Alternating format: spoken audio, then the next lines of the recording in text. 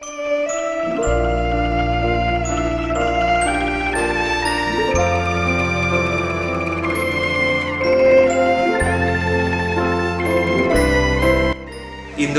tanah air beta, Indonesia tanah airku. Membicarakan tentang Indonesia tentulah tidak akan pernah cukup waktu, karena Indonesia negara yang luas dan negara yang besar. Lalu seberapa luas Indonesia dan seperti apa Indonesia? Berikut Cintana dari kelas 8 akan mendeskripsikan tentang negara Indonesia. Silakan Cintana. Terima kasih Mr. Radit. Assalamualaikum warahmatullahi wabarakatuh. Nama saya Cintana, saya dari kelas 8. Hari ini saya akan mempresentasikan tentang keseluruhan negara Indonesia. Yang pertama ada bentuk negara. Bentuk negara Indonesia adalah negara kesatuan yang lengkapnya adalah Negara Kesatuan Republik Indonesia.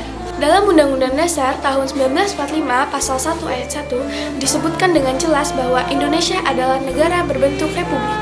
Istilah lain dari negara kesatuan ini adalah Inheistat. Sebagai negara yang berbentuk kesatuan, maka pemerintah tertinggi di Indonesia adalah pemerintah pusat. Pemerintah pusat ini memberlakukan aturan-aturan yang berdasar pada undang-undang yang resmi berlaku. Selain bentuk negara kesatuan yang dianut oleh bangsa Indonesia, dunia juga mengenal negara lainnya seperti negara federasi dan negara konfederasi.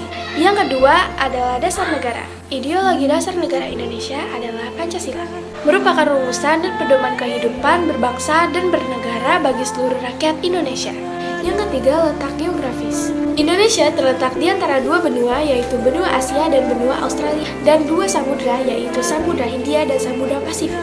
Yang ketiga adalah kondisi cuaca di Indonesia. Kondisi cuaca di Indonesia adalah tropis, yang terkadang hujan dan terkadang panas.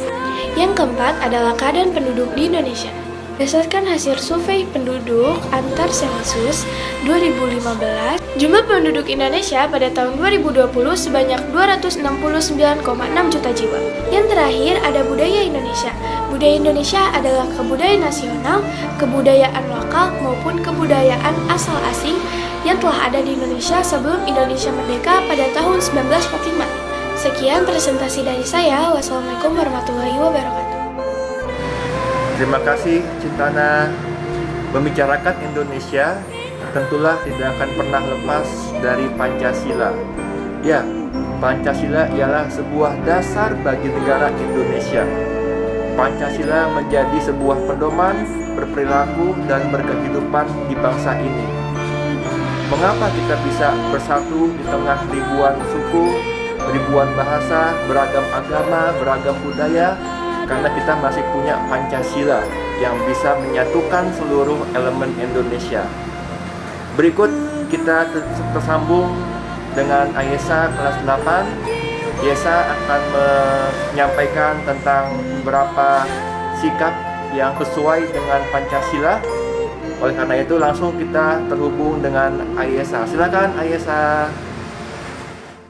Halo Mr. Radit, terima kasih atas kesempatannya. Baik, saya ingin memberikan dua contoh masing-masing sikap sila di Pancasila.